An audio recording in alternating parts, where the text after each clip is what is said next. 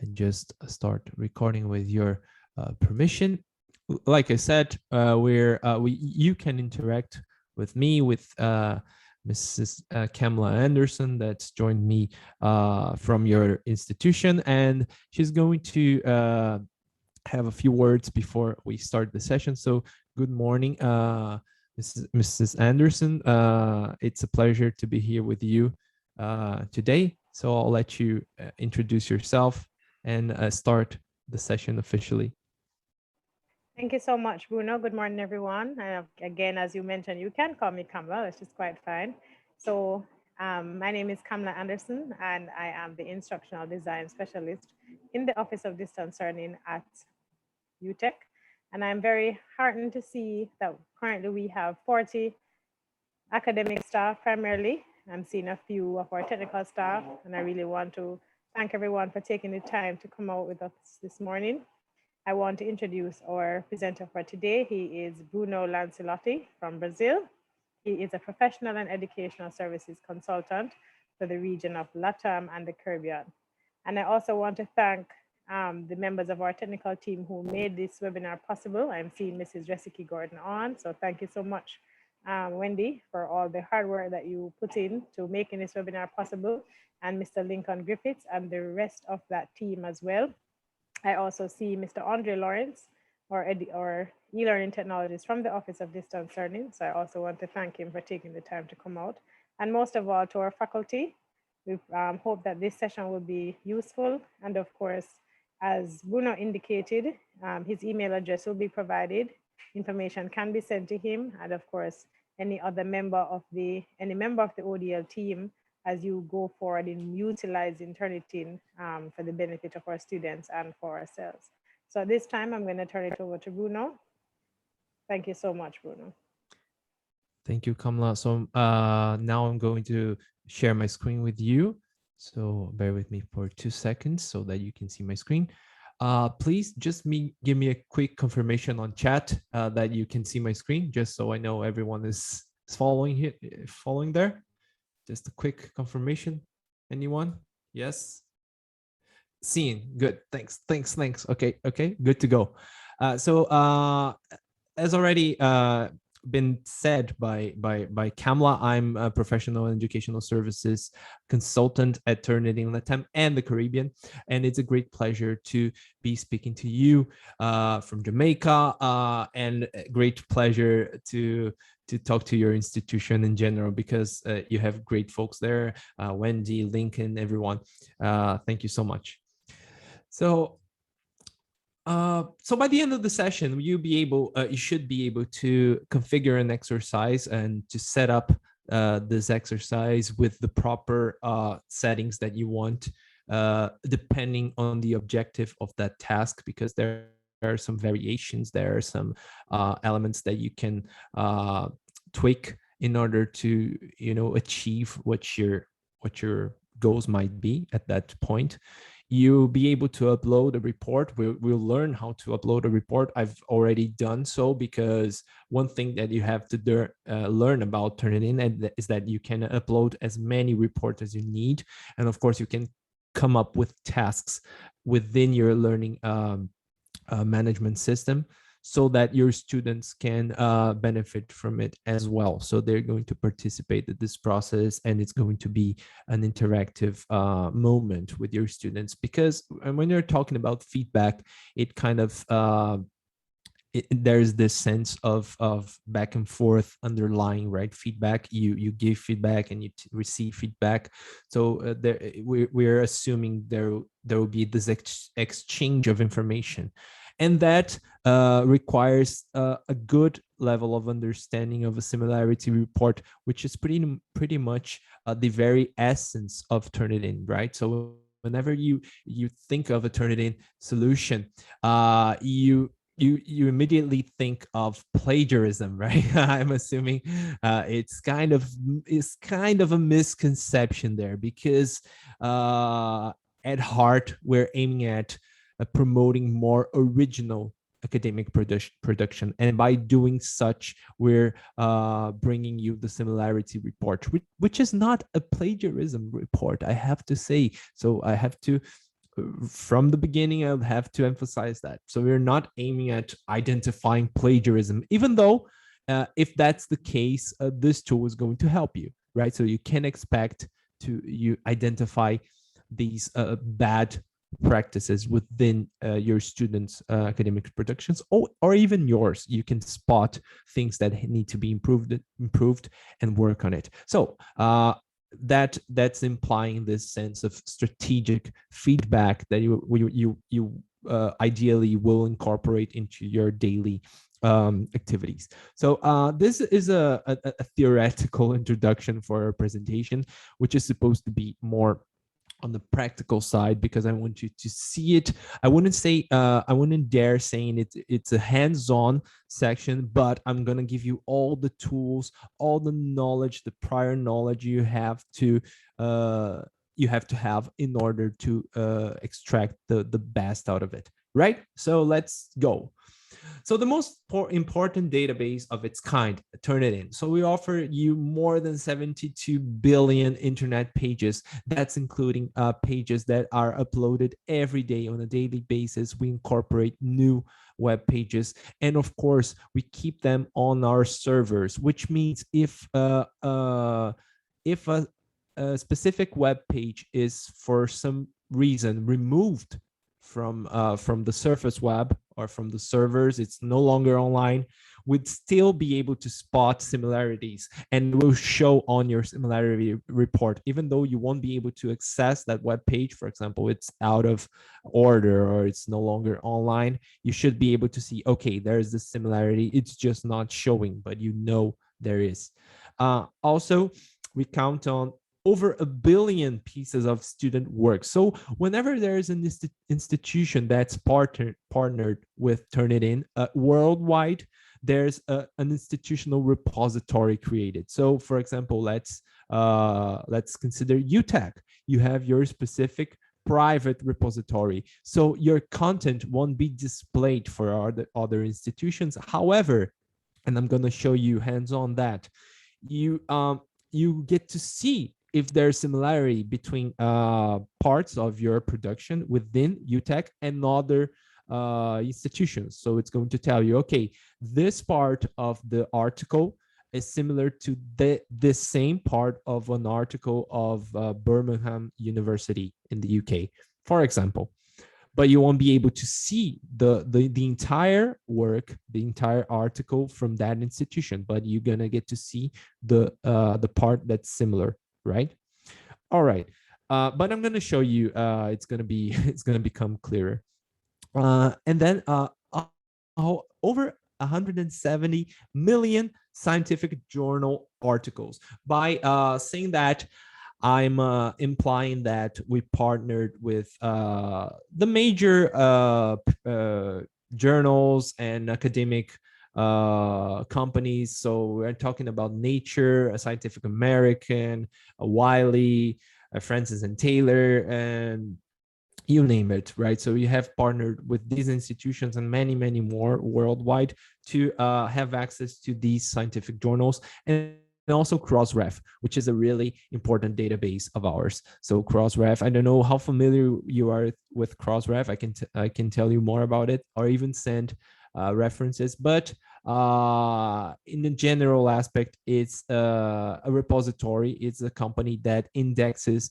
publications worldwide and attributes DOI, or a number of identification for these publications. I'm assuming you should be familiar with Crossref because it's been around for over 20 years now. But if you're not, I can send you some information about it. So as I said at the beginning, so this is a very pivotal aspect of this presentation. Our services do not detect plagiarism.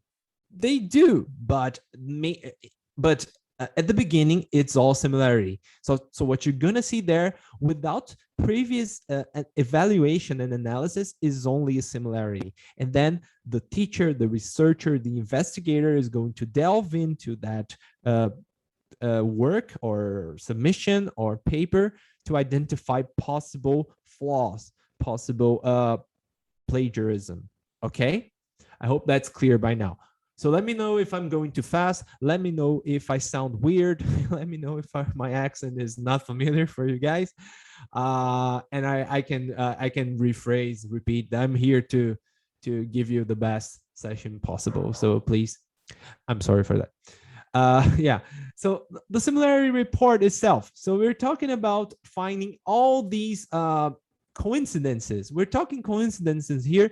I'm not implying they're all on the same line, because you can have like those words that do not show in the similarity. So for example, I'm getting this excerpt here. So it's a part that's coinciding with this website right here, because it says number one, and then I see number one here. Here's number two, and I see number two. I can see this belongs to a university. However, I wouldn't be able to access it because it's a student's work. And I'm sorry for the Spanish here, that's kept from another presentation. So because we cover Latam. Oh, thank you for the feedback on the communication, on my communication, Stephen. So carrying on here, it's in Spanish. Bear in mind, I'm working with several countries, so take it lightly, please. The original writing. So we're talking about over, as I said, 72.5 million internet pages, over 170 million indexed articles, and over almost 1 billion pieces of student work. So that's giving you all the information you need to run these reports. And it's going to give you a very accurate result on the percentage. So you can work on it. You can give feedback on it if you need. And that's formative feedback. How are you going to do that? Via the tool. You're going to have access to the quick marks, the voice and text comments, and the rubrics. Of course, I know you use Moodle at your institution. I know your Moodle users, and probably you have your own ways to go about feedback giving by now, right? You have your own standards, you have your own procedures. However, I'm going to show you how easy and how integrated it is into the similarity report, so you can do all at once within the same environment. So you can give feedback either on the similarity aspects, on the originality aspects of that text specifically, or you can come up with other standards of evaluation that are important at your area of work, right? So you can think of, for example, if you're talking about language studies, you can think of accuracy, you can think of punctuation, you can think of, I don't know, clarity. So you name the standard, but you can come up with your own standardized quick marks, which pretty much I can translate this into sticky notes. These are sticky notes involving feedback that you can put into a very specific part of the article. So you can see it here on the screen caption, and I'm going to show you hands-on so that you can do it yourselves after we're done with this session. So far, so good?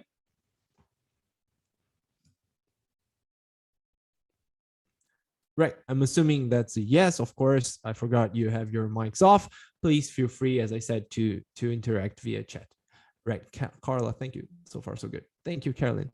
So formative feedback plus original writing gives you academic excellence, which means the more you improve the quality of the feedback you give to your students and combine it with this sense of originality that involves paying tribute to what has already been written and given credit when it's due, you end up creating this perfect, ideal combination that results in academic excellence. And then, of course, reputation is involved. So your institution's reputation is going to be improved.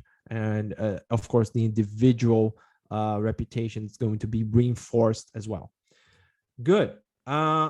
Here's a glimpse of the similarity report. As I already showed you before, you can see the similarity. There are some filter options, and this is going to be important for you, so you know how to run these filters, what they mean. There's also this ETS thingy right here that's going to help you out with language issues, right? And the similar and the I'm sorry, the feedback tools that are right here. So I'm talking here only about the similarity report, which is the middle section, right? So the section in the middle, the one in red, and it's always red. That's by design. It's not like, oh, it's high, it's red. No, it's the colors here. Just mind you, colors here are very random. So whenever you see, for example, this is number one and it's shown in red, but it doesn't mean it's worse or better than any other color. It's just to help you out browsing through the document so that you can locate yourself better, because color coding helps and makes our lives easier, right? So you're going to see the sources here, and of course you can apply filters to it. Why would you do that? And that's what I'm going to explain you hands-on. Right. Quick marks, comments, and rubrics. These are located on the blue sector of your menu here on the right. So to the right of your report, you're going to have the above the red sector or section that I just mentioned with the feedback area. You're going to, I'm sorry, with the similarity area, you're going to see the blue sector or section with 3 feedback options. I call it on a minor level or on a micro level, on a medium level, and on a high level, right? So you're going to be able to evaluate the production at 3 different levels and the degrees of specificity, right? Oh, that's a tricky word, specificity. Okay. Yeah, so like I said, sticky notes, that's the micro level. And like I said, you can come up with whatever sticky notes you find useful and you can share them with your peers. So let's say you came up with a very interesting way of evaluating your students' writing. Maybe you could go ahead and share your award-winning quick marks. That's how we call them. It's a trade name, so you don't have to use it. These are, like I said, sticky notes that you add to the text, but they're not simple sticky notes because you can open them and add detail to them. They have explanations. So it's, I'm going to show you hands-on, but these are interactive. So I can drag them around as I want to. I can put them wherever I want to on the page, above words, anywhere. Pretty much it's going to be there stuck, and then I can click on it and it will drag, it will open, it will pop up, to be more specific. I don't know the exact verb to describe what happens. I would just enable more options. So I'm gonna show you, and you can have your own conclusions about that. Sorry. So let's move forward. And the rubrics, just I'm finishing here this presentation part that's going to give you a general idea. Of course, we're not talking about task creation yet. We're going to do that on your Moodle environment so you can see it as it is. But this is an example of rubrics. Let me know on the chat, please, those of you who want to, of course, if you want to, let me know if you have, how familiar you are with rubrics, if you use them on a daily basis, if you think they're useful for feedback, or if you think they're not as good. Just if you want to share your thoughts, I would love to hear from you. But basically, yes, okay, useful, handy. Yeah, it's supposed to be standardized. It's supposed to be handy, and it's supposed to be fair, right?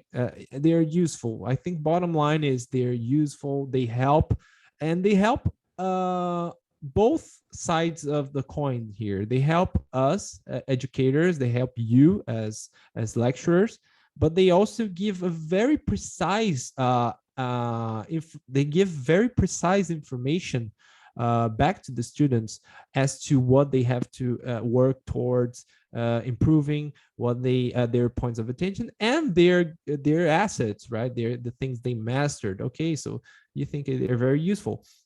These are rubrics that you can create. There are some ready-made rubrics that you can use according to your needs, especially because fortunately you're an English speaking country. Turnitin, I have to say, as I said, I'm based in Brazil. Of course, my native language is not English. I don't know if you could tell. I'm kidding. But yeah, so Turnitin has lots of resources in English that they're ready to use, and some of these resources won't replicate in my language, for example, so I have to insist on that. Of course, it's on the roadmap, right? So we have to work towards improving that, but I'm sharing this with you because fortunately enough, you're an English speaking country, so rubrics are ready made for you. I had to make my own rubrics in Portuguese, which is my native language. My peers had also to come up with rubrics in Spanish so we could give a good demonstration. But you don't have to learn that. You just have to learn about the possibility of sharing the rubrics you create. They make it easier. And I'll tell you something else. Like I said, you have the option to grade your students via Moodle because you already have those grading options. I don't know if there's a name for that. I think it's speed grading or quick grading or something like that.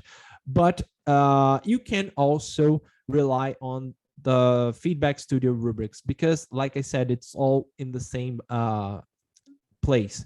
So, and you can, of course, there's a correlation. So whenever you grade your students either or, at either place, you're gonna get the results that are published as grades, right? So it's going to reflect on the grades you've been doing via Moodle. You can use the rubrics to grade. It's going to calculate automatically. So your rubrics are going to be,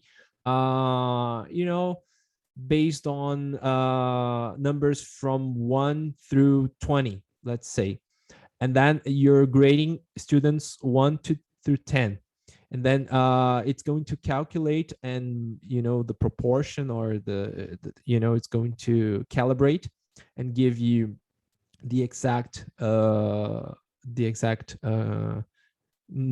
grade your student deserves at that specific activity. So without further ado, no, okay, there's one more here. I just wanted to show you the comments you can add. You can put them wherever you want to, like the sticky notes. You can put cheddar boxes.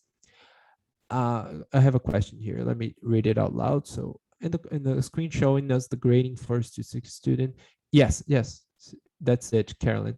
So each student can see one like this. No, they won't be able to see the rubric in that detail, right?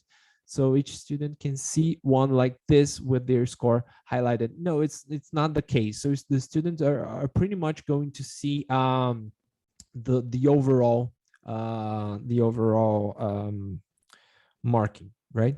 So but what you could do is make your students aware of how you evaluate them, right? So it's some feedback that you can give them by other means, even via the tool. You can for example, you're going to grade your student and you have the opportunity to add comments. So you can do that via text, for example. Okay, so I'm grading you like this because you're not very accurate, but you're incoherent. I don't know, but you can give feedback, and you can do that even via audio, which makes our lives so much easier because it's so handy. And of course, the audio will be only received by the student, so they're going to be able to see everything you say there.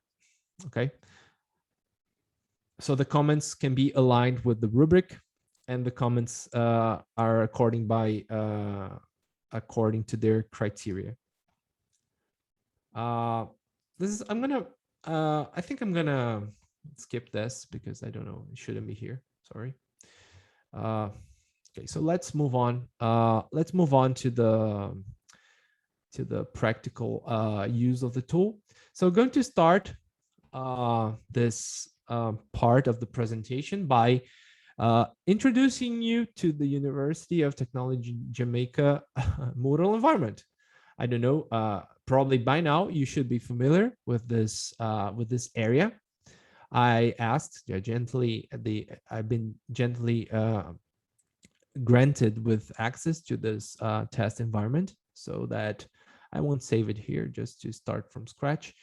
So you should be able to get somewhere that looks like this, more or less. So you're gonna have your courses on Moodle, right? So you have your institutional access to Moodle. That's for granted. And then what you have to do to enable Turnitin, it's really simple, but you have to follow these steps that I'm going to highlight here. And after I'm done with creating a task here, I'm going to move to switch over to my own Moodle so I can show you an activity that has already been submitted, and we're going to grade it together. Okay. So the first thing you have to do here is enabling editing. So I'm going to turn it off just so you can see.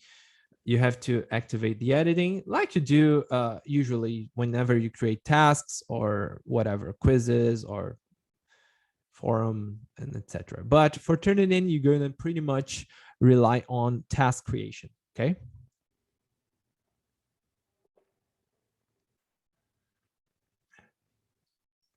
Stay hydrated, very important. Right. So add an activity or resource. So that's what you have to do.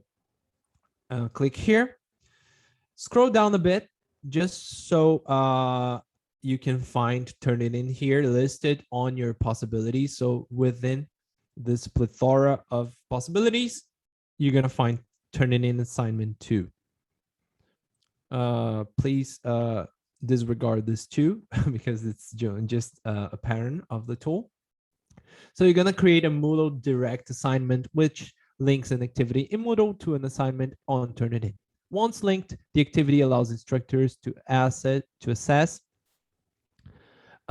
as in evaluate, not access, to assess and provide feedback for students' written work using the assessment tools available within Turnitin Document Viewer. So you're going to be able to use the feedback tools that I mentioned. Okay, so I'm going to add here.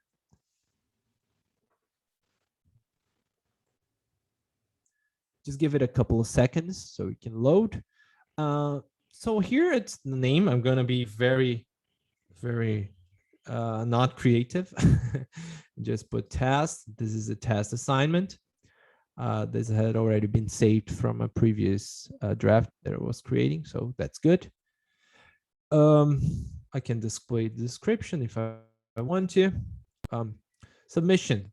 Okay, any submission, file upload, text submission. Usually we put file here, but it's all right if you leave it to text, for example, or either or. It's going to work nonetheless.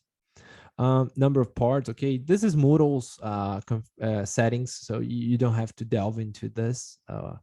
You don't have to worry much about it.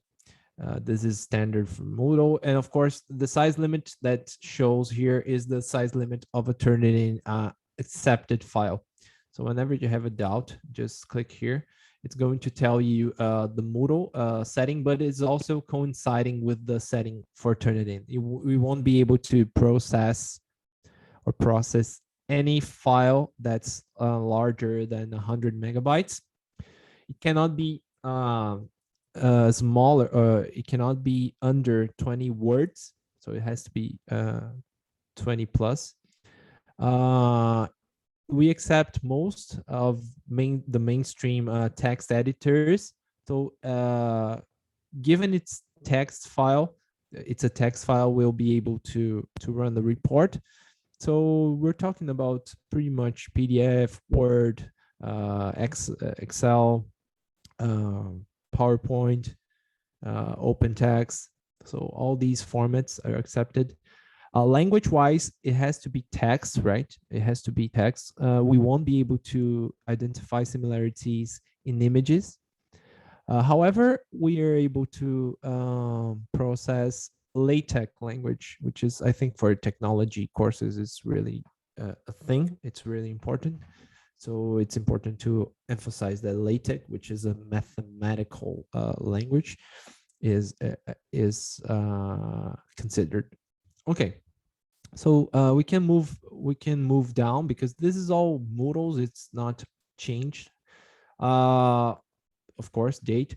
Just mind you of the date. Be mindful of the date you choose because it can reflect on the speed your report is going to be generated.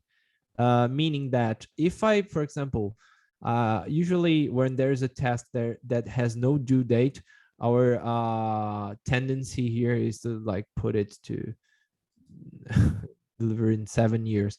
So that if you do that, you can do that. It's your right, and I won't mess with that.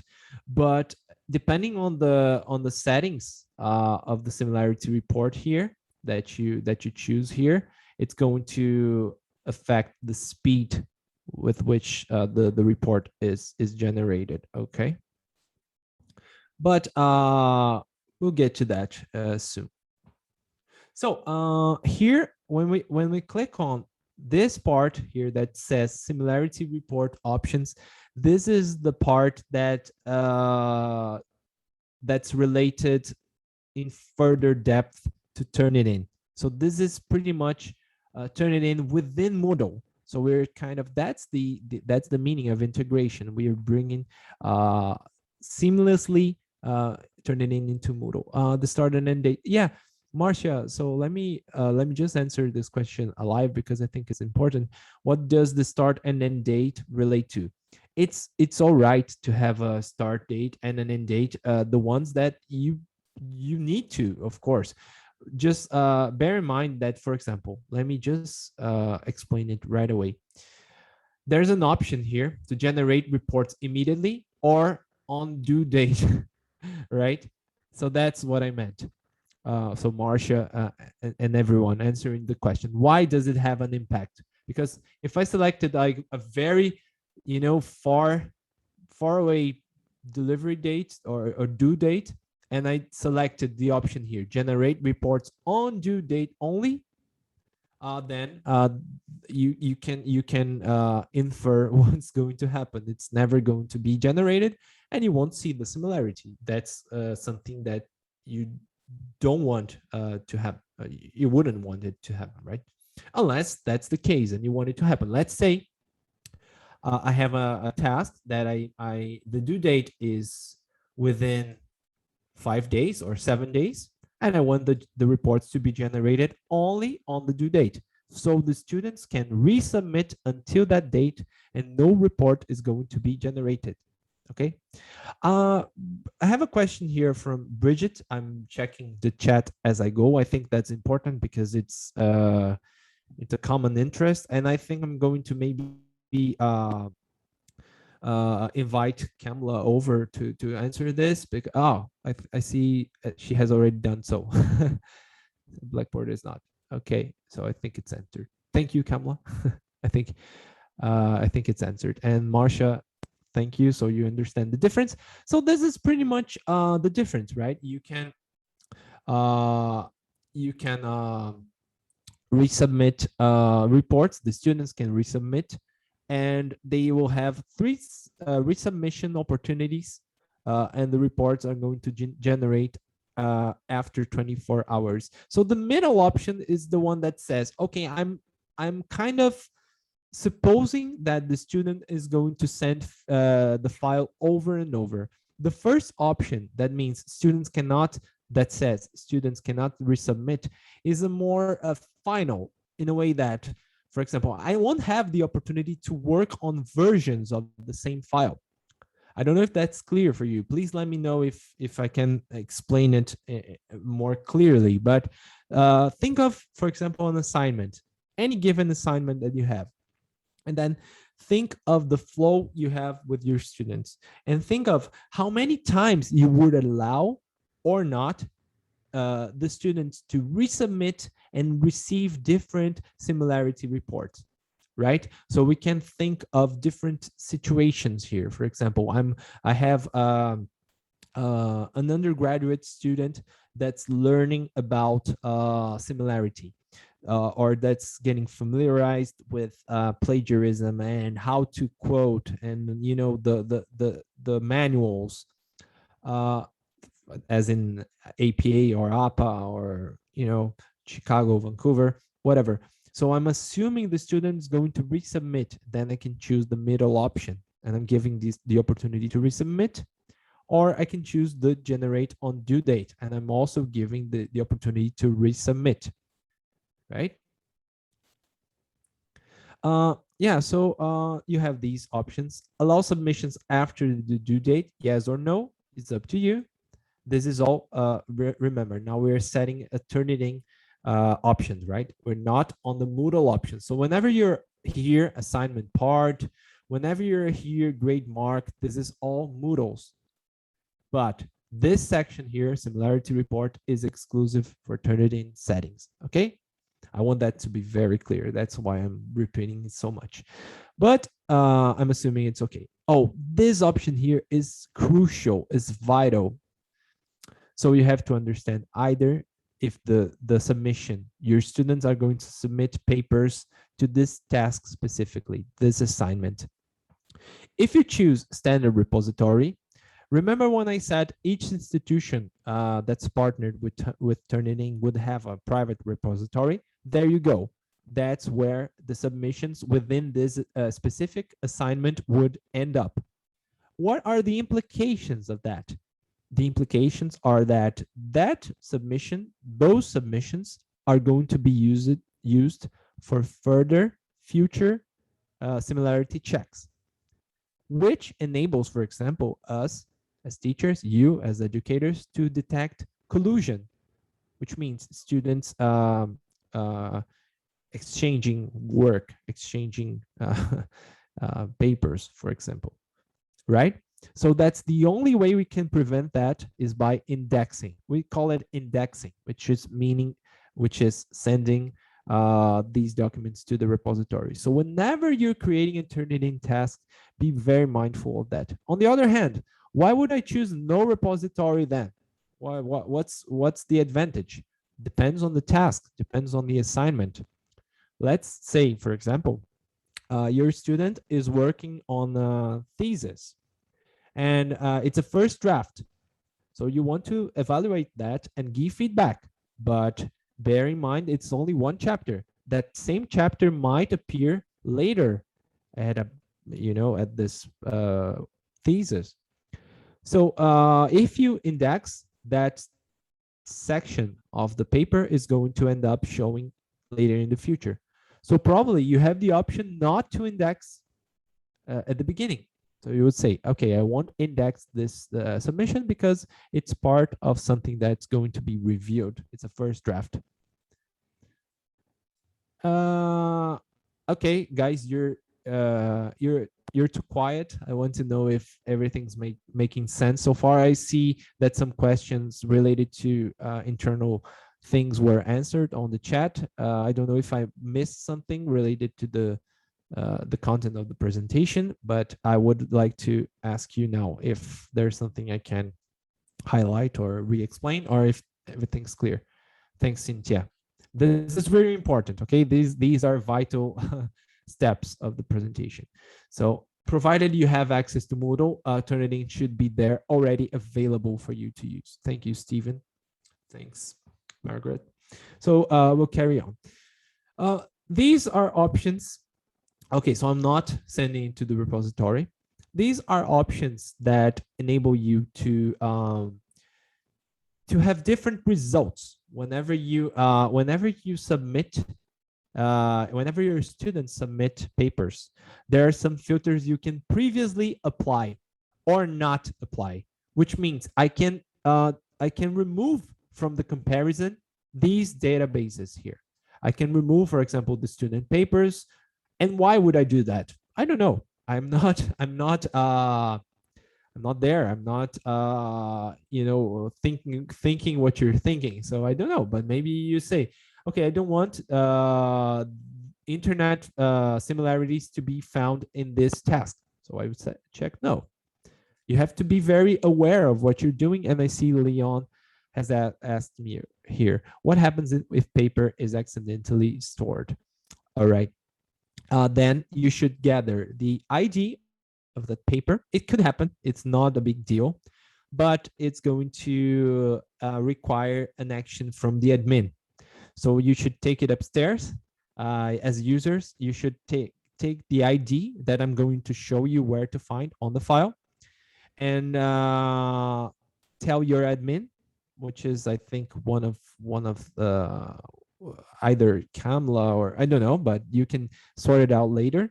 You have to talk to the admin, and then the admin will ask Turnitin to remove that specific submission. Right. On a side note, I was not clear about the rubrics. I'm gonna explain this. It's a part of Turnitin. Susan. Audio recording part of Turnitin. I don't know about Moodle as for audio recordings. I don't know if that's a feature on Moodle, but definitely it's part of Turnitin. Good. Someone has answered there. I think it was Valerie. Thanks for helping me out. Can students get access? Yes, yes, yes. I'm going to show you how just now. All right. So students can have access to it. Let me see here. Yeah. I don't see an option. It depends. It depends on the settings. Probably there's a way, but it has to be enabled from the admin plugin. So probably you will have to tweak some things so that the students would be able to see the reports, because by the settings we have now,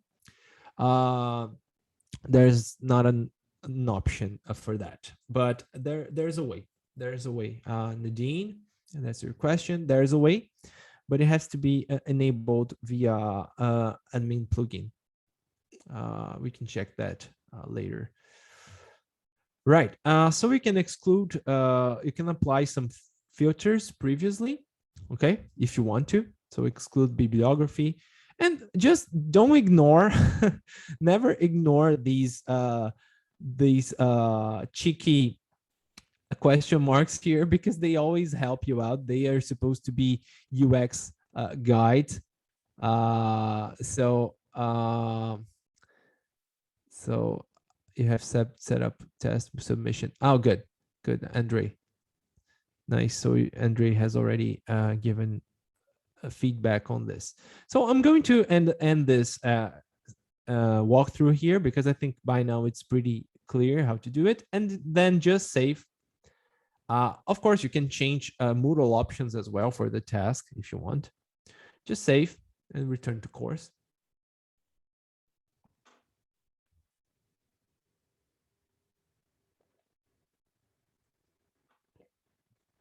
Right. And then you have the test assignment. It won't be very illustrative or very clear on how it looks. Oh, I see. I have some students now. That's good. I didn't have in the past, but yeah. So then you can, you students can upload. You can input your own rubrics. I'm going to show you right now. So I'm going to end this task creation part, which is pretty clear by now, and then we're going to explore the file hands-on. So I'm switching over to my Moodle environment. This is not your UTAC, but it's a task. It's a test platform that I created to present you with the submission. So it's pretty similar to what you're going to have.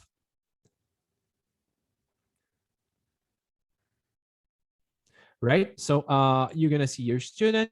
You're going to see a similarity report. Just be mindful of this number here. It shows on your Moodle, and it should also show on your report that you're going to access by clicking here on the percentage, right? So if you click here on the PDF or the doc, whatever, you're going to see the file and download the file. See, I'm downloading the original file. But this ID here, I think there was a question related to paper removal. So you should take this, copy paste, and talk to your admin and say, please, admin, I want this paper removed. And then your admin would have to get in touch with Turnitin support to have it removed. Okay, but there's a way. It doesn't take long. It shouldn't, right?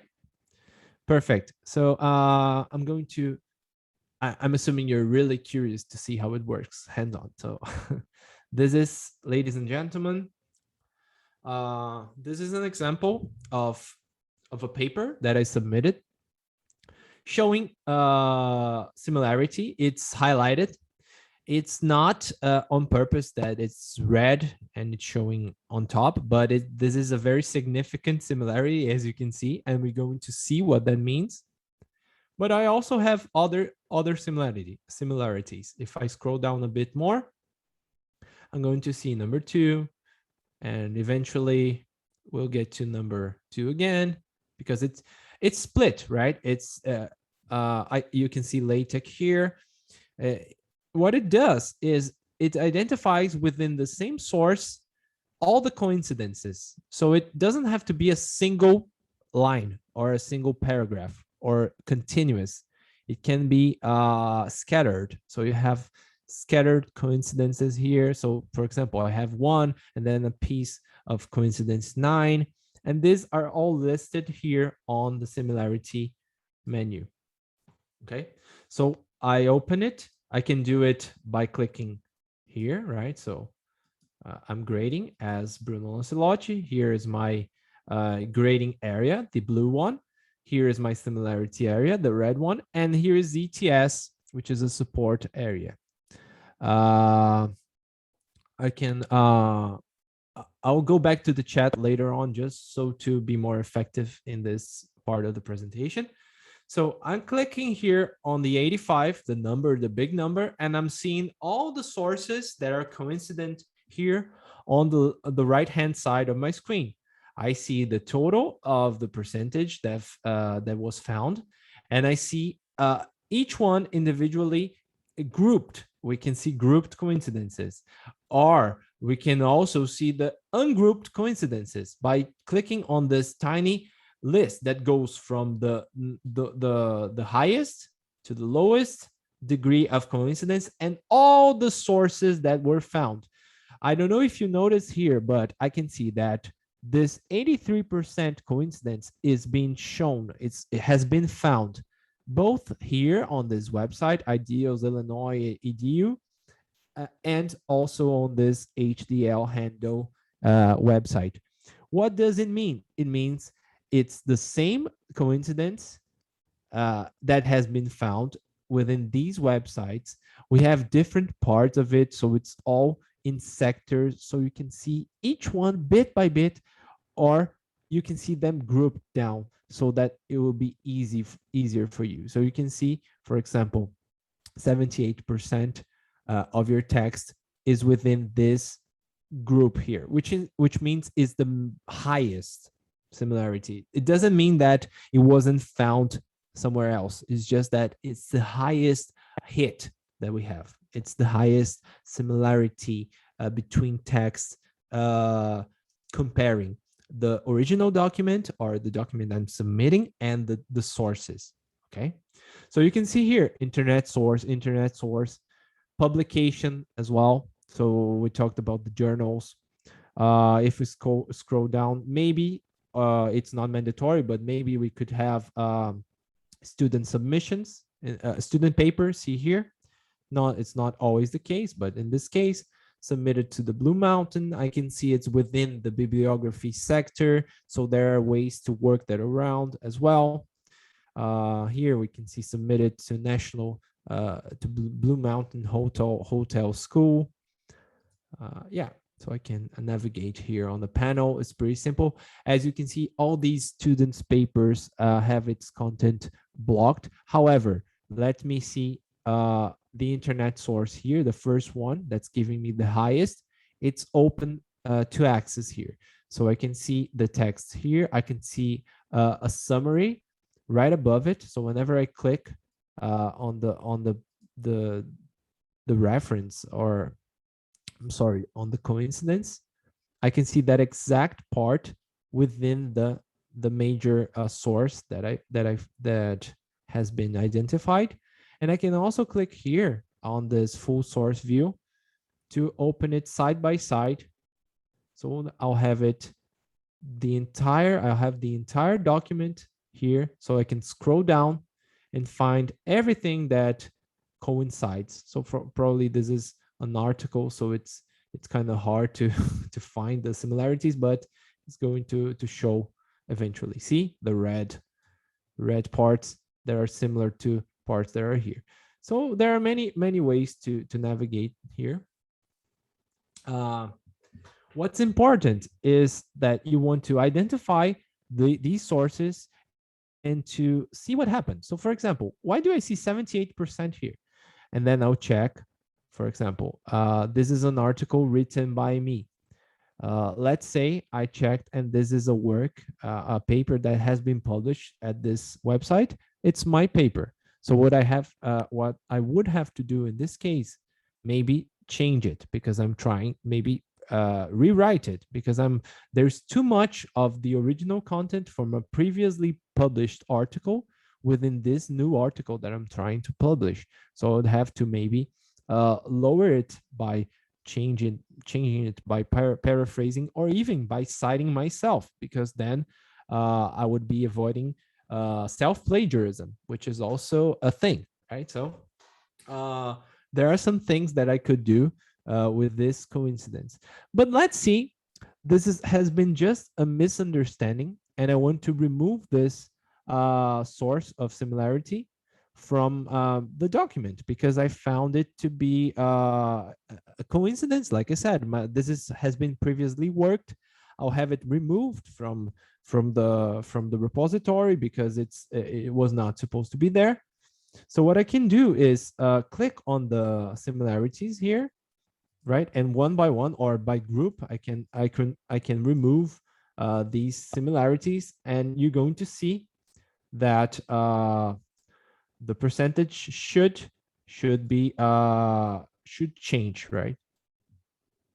As you do it, right? So you can see it lowered quite significantly because I removed most of these parts. Bear in mind that you would have to do it with care and criteria, right? So for example, here you would have to evaluate these tiny pesky coincidences. As you can see, 54.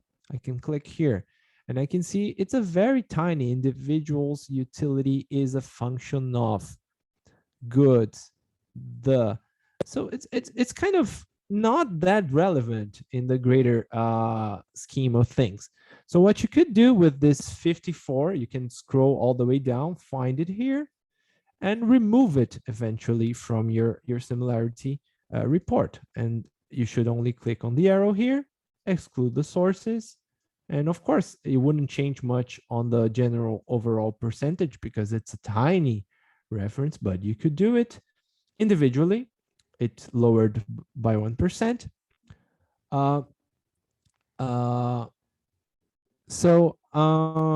That's something you could do. Also, other things we could do with this report is applying filters. I'm still talking about the similarity report. I haven't started talking about the feedback features. Okay, I'm gonna take a look at the chat just to see how we're going. Would it be best to choose no repository if a test Turnitin activity is created for students to test the level of similarity? Yeah, so that kind of depends, Heather. If you want to prevent collusion, the only way to find these and to spot these exchanges of papers between students would be indexing the papers. So that's only to give you elements to choose, right? So there are specific times when you send them to the repository or not. One good reason would be to prevent collusion. Let me just see Leonard here. What level of similarity? Oh, Leonard, I was expecting this question a little earlier. I'm kidding, but the thing is, everyone asks me. There are some institutional choices regarding a level of similarity and what's accepted, what's not. Less than 10%, I cannot say, because I had a presentation earlier this morning here in Brazil, and I gave an example using a file that had 56 pages, and I had a tiny, it was 17%, but it was 56 pages. So mind you that I had a 3-paragraph part that was exactly the same as a website that, on the internet. It was copy paste. It was less than 1%, but it was 3 paragraphs because the document was big. So it's relative. The thing with percentages, it's related to the size of the document. So there shouldn't be a magic number, right? What you could think of is the amount of quotes that are acceptable as a teacher, as a lecturer. How many direct quotes am I going to tolerate? What's the desired level of paraphrasing? What's the amount of original writing that I want? And these things you can streamline with your students. Nonetheless, it's not something that's going to give you a precise percentage. So that's my point here. But some institutions do have standards like that 10%. I don't know if you have a say on it. Admins, please help me out. Someone had to leave, go to the lab, I think. So thank you for your time. If multiple students from the same group submit, yes, similar, yeah. So Heather, multiple students from the same group submit the assignment, resulting in high similarity. But the thing is, in these cases, maybe in these cases, it wouldn't be recommended to index these papers because they're going to be very similar. But the exclude option could be used as well, like I showed you right here. So if you see that, okay, it's the same, I know what that is, I'm in charge, so I can exclude the source, and I can even apply filters, which is I'm going to show you next. Subjectively can be measured by artificial, either plus or minus. Subjectivity cannot be measured by artificial intelligence. That's the bottom line. It's a human thing. Does Turnitin algorithm detect similarities when synonyms? Yeah. That's what I showed you, I think, before. The person might change some words. So let me show you again here some paraphrasing, like pretend paraphrasing. Let's see here as an example. What's the difference? Let's see what's the difference here. So it's the research suggests, and then we changed it to we suggest. It's a sloppy paraphrasing, right? It's not paraphrasing, but you're changing some words in between. So we're going to spot that. Okay, as you can see here, it's within the same part. We just remove that word that has been changed. See here, for example, 3. So money, so parallel. So they changed a little bit here, right? The side of money question, willingness to pay, time, the parallel, the money, willingness to pay. So some things have been changed. A group mark is group mark. Give students the benefit. Yeah. Some students have been using the cheat method of screenshotting their Word docs and including the image. Oh, then it would be pretty evident because you wouldn't have, it will return, 0%, but you wouldn't have any words on the word count, right? So that's another element that you should consider. So zero words. So that would be more than evident. That will give you enough evidence that you have a fraud there.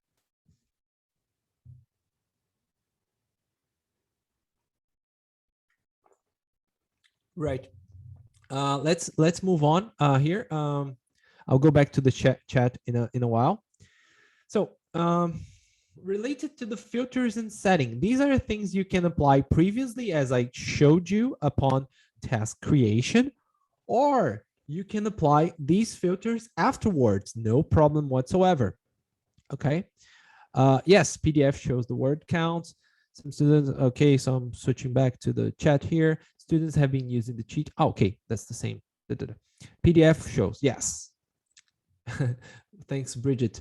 So moving back to the filters, you can previously apply those, or you can decide to apply them later to a specific document. You can exclude quotes. What do we call quotes? Everyone, quotes is everything that's in between quotation marks or with the formatting of a quote in the middle of the sector. So there's a word for that. I forget. Sorry. It's something quote. I forget.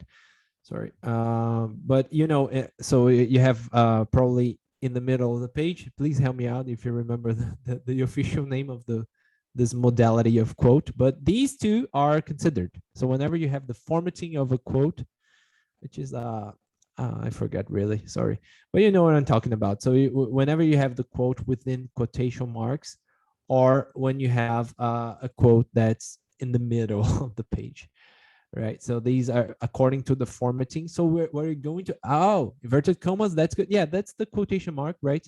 For example, here, that would be a type of thing, a thing that's considered. And the other type, I don't see any of these on this document, but I can show you on another document. Is yeah, there's a different name, but nonetheless, it's according to the formatting and most manuals. So we can exclude these quotes automatically and see what happens with my percentage here. So I'm going to exclude quotes, and I'm also going to go ahead and exclude, let me scroll down a bit, the bibliography. So as you can see here, we're going to spot for such titles: references, bibliography, bibliographic references, or things as such. You can also apply a filter of excluding some words from 1 through, you know, just 10 or 15. Just you have to be mindful of why you would do that, right? What's the reason? For example, if you say, okay, I understand that this student is being fair, and yeah, so the question, should you always exclude quotes and bibliography as best practice? It's not advised, but if your student submissions is formatted accordingly, you're going to have references with similarities, because references are pretty much shared by everyone, right? So you have similarities here, so you can go ahead and exclude bibliography as a standard. I don't know if that's going to be a standard good practice, but I wouldn't recommend excluding quotes automatically, because then there's a risk your students are going to quote everything so that because they know you set the task not to consider that those parts. So I'm going to apply the changes here just so you can see how it reflects. So I removed bibliography exclusively, and you can see it dropped from 28 to 13%, which means I had 28, 15% of similarity found within these references. So I can maybe remove them by standard, by default, or I can consider every case individually.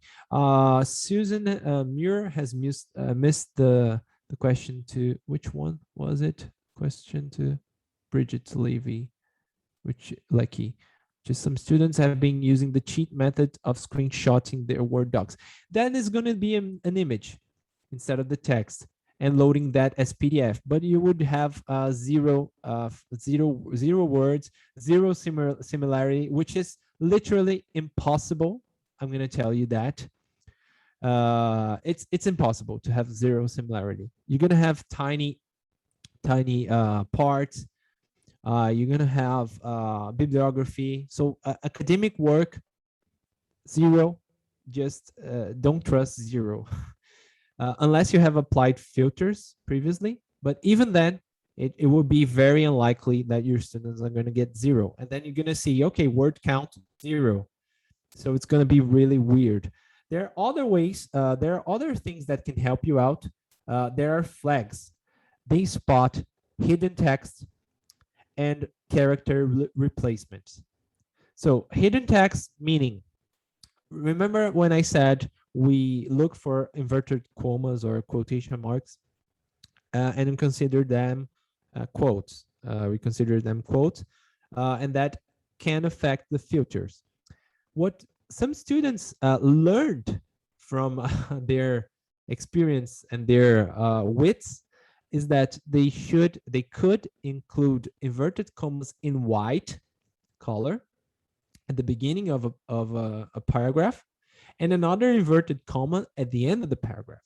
So if my tutor, if my lecturer has removed it by default, then it's not going to show on the similarity report, right? So what these flags I'm going to show you are these occurrences, right? I'm going to show you how it looks. I'm going to go to a different environment here just to show you how it looks, the flag thing, just so you can understand. Yeah, Bridget, you people can be very very creative, and that's for good and for bad. In this case, it's for definitely for bad. So let me show you the flag here. Oh, sorry, I'm logged as a student. My bad. Let me switch it over to instructor. So I just want to show you how the flag looks. It's a document that is in Portuguese. I just want to show you the flag thing. Yeah, yeah, always. And another thing. So other than the flags, so the hidden text, people can put white text in between sections to make their text larger. Because remember when I said percentages are related to the size of the document. So if they make their document automatically larger by inserting tiny white text in between words, you wouldn't be able to tell. What they also do is insert, for example, text in white in between words, for example, here or here or here. And then it's going to try to deceive. They're doing that, trying to deceive the algorithm by thinking it's a different word. But fortunately enough, we have these flags that will help you identify these attempts. Other thing they usually do is inserting characters of other languages. So let me just scroll down a bit just to show you here. Oh, where is it? So sorry, replace characters. Yeah. Let me just find it. So for example, this is from the Greek alphabet. And it looks pretty much like the Roman alphabet, so it's an A, but since it's from the Greek alphabet, the some mechanisms, some algorithms might not recognize it, but then Turnitin does recognize it for you.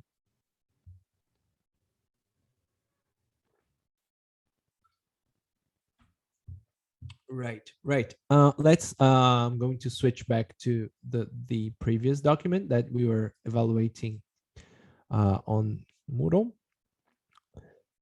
Okay, so about the feedback, so I think we're done with the filters and things you can apply.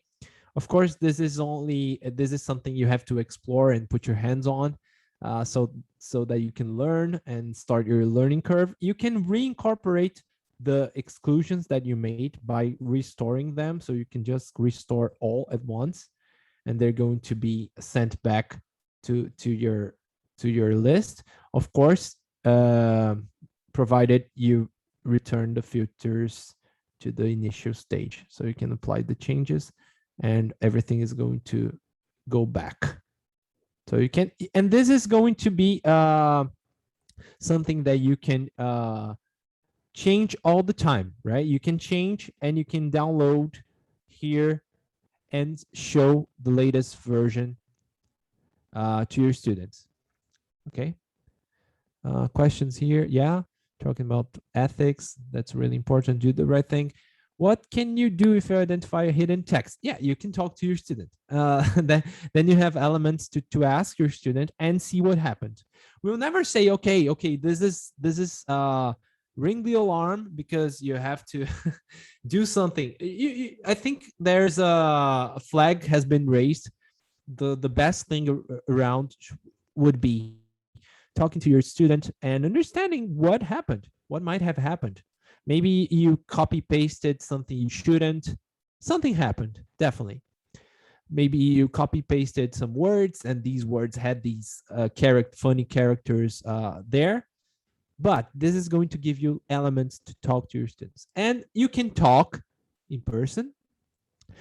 I'm going to focus here on the presentation again. I'll switch back to the chat because I see you're very active there. You're relying a lot on the chat, which is really good. Lots of questions, but I'm just mindful of the time here, so I don't want to exceed too much.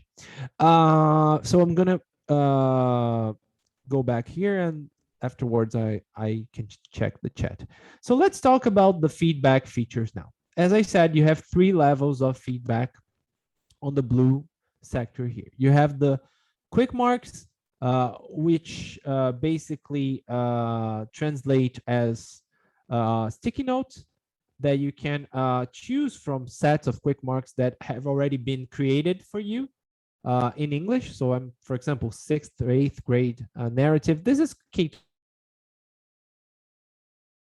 right? But you have academic integrity as well. So let's use this set for the sake of the presentation.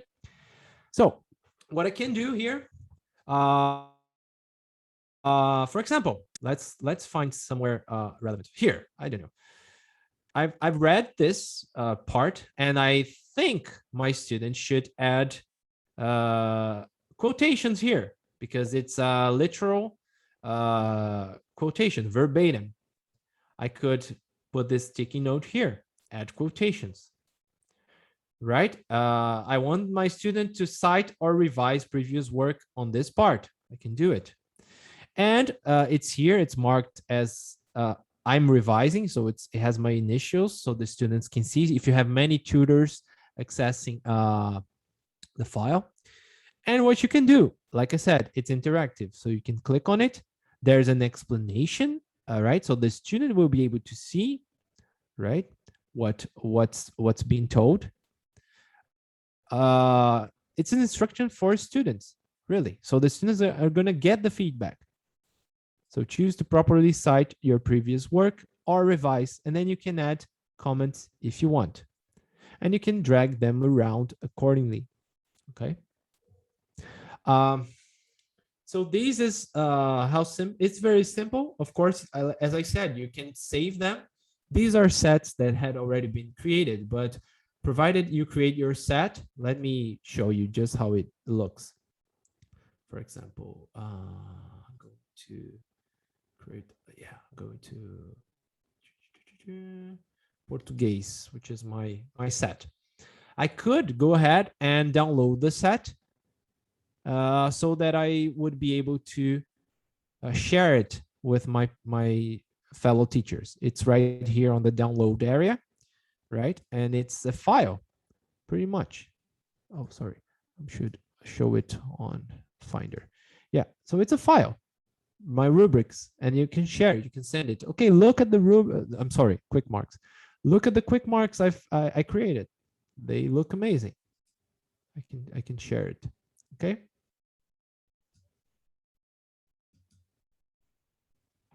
What else? So I can do always, whenever I feel like it, I can click anywhere and the options will be here. I can add some quick marks. So that's the first check here, quick marks. I can add them. I can go here on the right-hand side, or I can add them straight to the text. I can add a cheddar box, like I said, or I can add written text on the page. So for example, I want the student to rewrite something. Then I can add text here. And okay, traditional, try, you know, old, I don't know, try old fashioned. Yeah, you got the picture. Okay. Let me see the comments here. What's acceptable? Yeah, Susan, like I said, we don't have a magic number for acceptable. That's an institutional choice. Susan also asked about the similarity percentage for a paper that you can create your own assignment and assign yourself as a student, or you can use Turnitin via the website, which is another way to do it. And I'm going to tell you, because I told Kamla I would. Using your same Moodle credentials, you can access it on the native platform, which is turnitin.com. So what you're going to have to do, you're going to have to come here, turnitin.com, click login, and then retrieve your password, because your Moodle password is not going to work here, but you can insert your email address from Moodle and your surname or family name. And then you're going to receive on your email instructions, and then you can use it natively, as we call it, or on the website. Okay. Heather, to cheat the system, multiple students from the same project group will submit the same assignment. Yes. How should this be addressed? I'll leave it to your to your institution to answer that, because as far as Turnitin goes, we always say the only thing I would say is investigate and understand what really happened. Don't assume it's misconduct all of us instantly or from the beginning, right? If there's something we learn, usually there's something that we call inadvertent, or just it's an honest mistake. So it's inadvertent plagiarism. So it's when you don't know you're doing not the right thing, but you do it, especially at lower levels of the academic life. So I think this should be addressed with caution, but it should be addressed. Definitely. That's as far as I will go. I'm sorry. But I think I hope I helped with my insights. Just never assume it's plagiarism. It has to be investigated. Don't assume because it says 78% that it's misconduct, because there might be an explanation, right? So about the feedback, just so we can finish this and wrap this up, because I'm afraid we're going to be out of time, guys. And I'm glad, because you did so many good questions, and it was really interactive the way it should be. But this is really simple. The feedback summary, you can send voice comments, so you can record voice comments and send it over, and your students are going to see there's a voice comment, and then they're going to be able to spot the voice comments within their documents, right? And then again, also a text comment, so you can choose which one you would prefer if you want to use them, of course. And then to end things here, we can establish rubrics for this assignment. So I can choose from my set. You should click the cog here up on the right, the little cog, and choose from the many sets that are on the rubric library. So for example, academic purposes, history, English literature, or let's go with history for the time being. Ooh, I was logged off. Oh, of course, I logged off. I logged myself off. Right, let me, okay. Sorry, technical issues. Let me just start over. So Moodle again. Sorry. Bear with me for one more minute. And the good thing is, I would ask you if there are any doubts at the end of the presentation. But since we've been interacting so much for the entirety of the presentation, I think we pretty much covered uh, many aspects there. So that's good. Let me go back to the file here. I was suddenly logged off for some strange reason, but no big deal because we're back. So let me just switch to a rubric that is more should be more suitable for this situation. Right. So as I said, I'm evaluating, I'm assessing my students 0 out of 100. So I can choose the rubrics. You can see here it's 1, 0 out of 2 for each criterion here. So I could attach this to the assignment if I want, and then it's going to be here attached, and I can work, and you can see it's 0, 7, 0, 100. How is it going to work? Proportionally. So I'm going to evaluate here randomly, just so you can see. And apply to grade and see the magic happened here. It kind of calculates everything. It comes up with an overall average because it gathers whatever evaluation. Of course, there should be an explanation for all the aspects of the rubrics because that's how rubrics are supposed to be, right? Very detailed. We won't have time to cover this. I just want you to know that you can and should. I encourage you to create rubrics and share it with your peers. Just for the final minute or so of this presentation, I'll just let you know there's this ETS feedback rating possibility, which is aimed at language verifying, right? Or language checking. So whenever there's a problem with grammar or whatever, for example, here there's a verb issue. You can check here, for example, so I can check, and the verb issue. I'm assuming, yeah, you would have to find it, so it's somewhere. It's very visual, however, because it attaches a sticky note that is in purple to your document, so you should be able to spot it whenever you see it.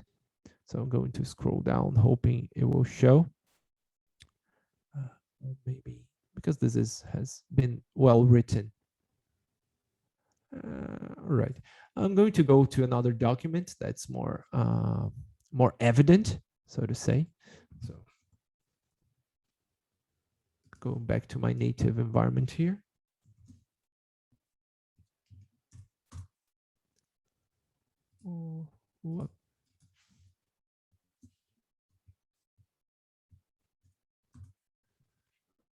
Whoops. Ah, stupid me.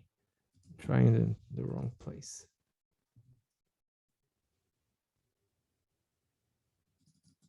Sorry. Just having terrible issues with my keyboard right now. Should work. Yeah, so we're back. I'm just going to very quickly show you the ETS thingy, just so you can see. So from the student's perspective, I'm seeing everything I need to improve, for example, and then I can also check the handbook, the ETS handbook, which is the manual for ETS. So this is another feature that you have available. So I think we pretty much covered all the topics. And another thing, just whenever you need the submission ID, that's the number you should have to inform your admin whenever you need to remove a document from the repository. Just click, just give him or her this number, okay? That should be enough. Yes, Kamla, I'll show you how to create a rubric. Let me just see here. Just cheat the system. Multiple students from say, oh no, I have answered this. Yes, I'll, so to wrap things up here, I'll show you how to create a rubric. It should be very simple, but then again, I said rubrics are supposed to be detailed. So just enter your cog here. So I'm going to do it again. Cog, click on the upper menu here on the left, create new, then it's here. Just to establish your criteria, establish the weight or the percentage here, right? It should give you a total of 100%. And you establish the weight, of course. Probably I would need another one to achieve this 20%. Yeah, so it's pretty simple. And then, of course, criteria you write here. You establish your standards, you write here, and you give the points you need. So, for example, 0 here, 1 here, 2. It's going to look terrible, of course. There's not even a name, so go back. I'll put a name just for UTAC. It's not gonna look that good, but okay, save. It doesn't have a label. The label, yeah, I'll save. Just is that simple? Okay, it's just it just doesn't look good, but it should be very simple.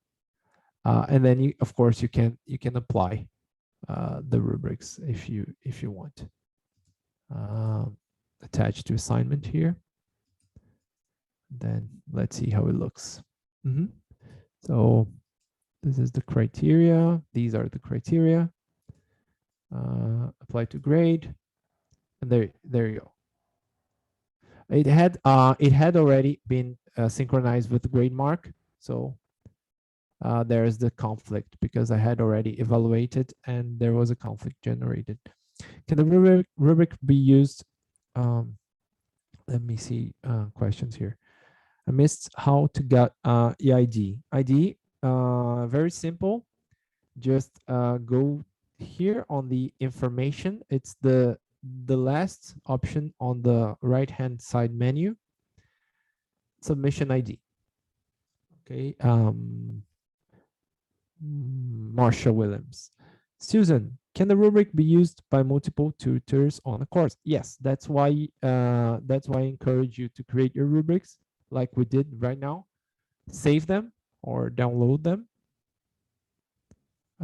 And then there's a file for that. Just like there's a file for quick mark set, you can use the same rubric and send it to your fellow teachers, and then they will be able to upload rubric and then find that file that you shared.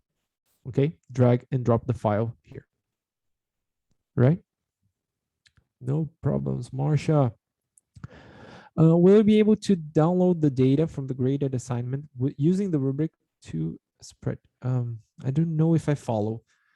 Will you be able to download the data from the graded assignment using the rubric to a spreadsheet? You can download the file, but it's not going to show all the detail, all the level of detail that you want. So you can download, for example, the current view,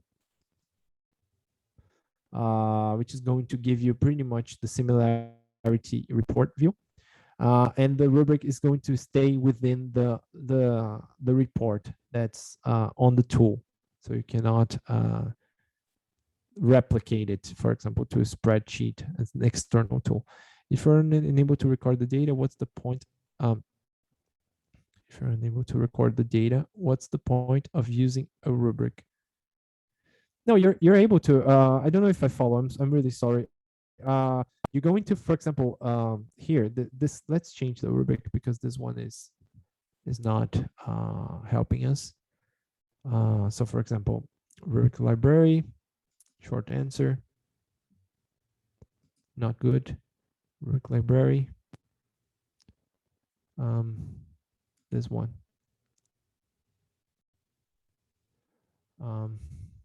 What's not good either? This one. Okay. Yeah. So, for example, Susan, everything I'm going to establish here as my criteria is going to be saved, right? It's going to be saved within this assignment. So I'm going to use this as a rubric for this assignment, applying to grade, and it's going to be here. Uh, it's not going to vanish. So it's going to be available here whenever I need to access this rubric, I can. Okay. Sorry, Bruno. I think if I understand what Susan is asking, I think what she's saying is if you have a class and say you have marked 50 grades, 50 assignments, and you have the grades, I think what she's talking about is how is there a way to collate all the grades from that Turnitin assignment to an Excel spreadsheet instead of doing it manually? I think that's what she's referring to. Ah, yeah, sure. Yes. So the grading for the assignment should be on your grade mark as it showed there. So it should be on your grade mark. I don't know if here I'm going to have a good view on my environment, but I can see the grade here. Let me see. It hasn't replicated. On your environment, it should be replicated. So, for example, whenever you save the rubric here, it should go straight to your grading. So whatever you do here is going to be sent automatically. So given you synchronize the grading, this total grade will go to your evaluation, and the rubrics are going to be replicated as well. Thank you. I'm sorry for not understanding what you meant, Susan. I think now it's clear.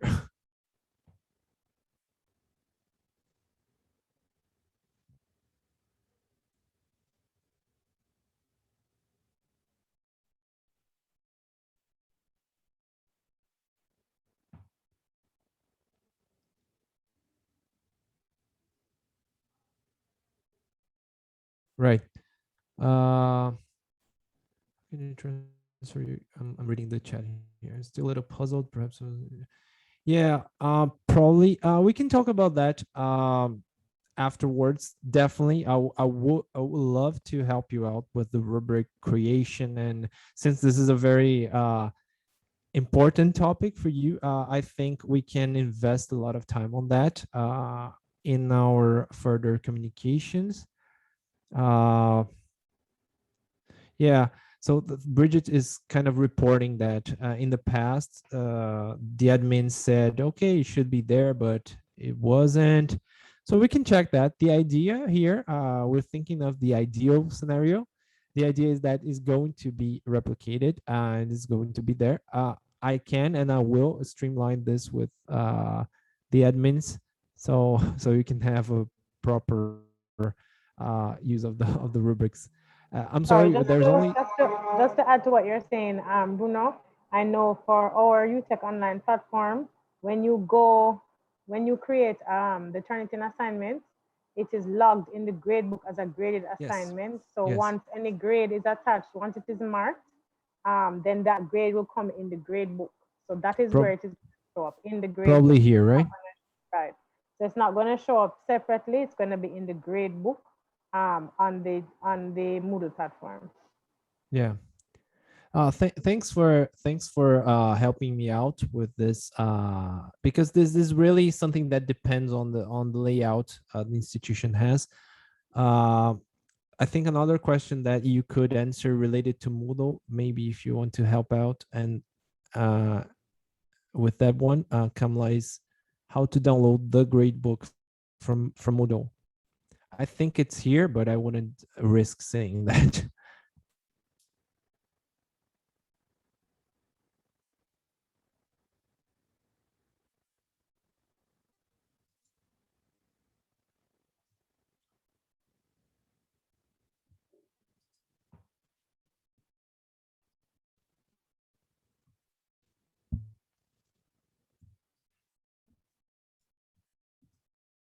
Right. For those of you, I know we're past our time by a little. So,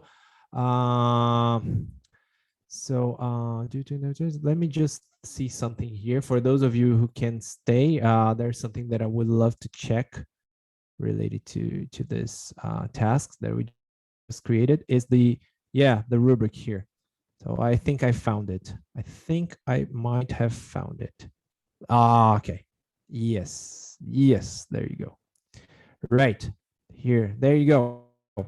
So answering, I think Susan, if you want to look here, so I think I found it on your environment. So of course we can talk via email. That's really interesting and important. But you can set your marks here. You can set also the rubrics that are going to be available for that specific tool via Moodle, right? So you can see here the rubric. Of course, it's being imported, so it cannot be edited. You can see it in detail, and it should be here on the gradebook. I'm assuming once your students have sent the submissions, it's going to be possible to download it here and have a detailed information about this. All right. Yes, we can arrange same. Yeah, sure. So I'm going to be available. So I would like to take this opportunity to thank you all so much for bearing with me for this 1 hour and a half. If you have other queries, just feel free to reach out. I know some things, thank you, Carolyn. Some things are difficult to answer right off the bat here, especially when it involves this back and forth with the institution. Thanks for sharing my email, Kamala. That's very kind of you. So I'm gonna be around. You should be receiving an email with the presentation. One thing I would love to hear from you, and please be honest. So I have a form that you can evaluate this session, and just let me know your thoughts.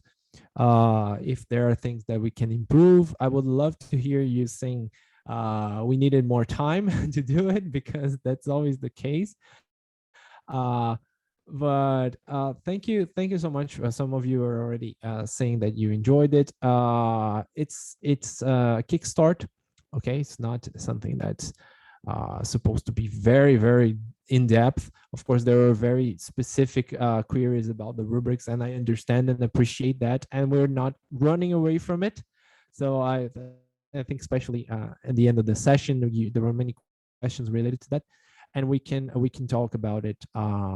This definitely, we will talk about this in the future with the admins, and I'm gonna help you out when you need, just so you can have the best scenario possible. Okay, so thank you so much, and see you around. See you next time. Okay, thank you so much, Bruno. On behalf of all of our attendees here, our academic staff and our technical staff, we really want to thank you for taking the time to come out and to share with us all the benefits that Turnitin has to offer. I know going forward in the semester, we will also be scheduling a session with our students so that the students can learn how to use Turnitin and what the tool is all about. Because I know obviously we want to get the information from the faculty perspective, but we also want our students to be informed as well. So we can be looking out for that. And of course, as you indicated, the recording will be made available to the attendees. And of course, we will also be posting this recording on our ODL platforms. So even persons who were not able to attend the session will be able to make use of the very valuable information that Bruno shared with us today. So again, Bruno, we want to thank you so much for just being so open and just for being willing to take all of our questions and facilitating this session today. And we want to wish you all the best. Thank you so much. Thank you, everyone. Bye. Thank you, everyone. Bye-bye.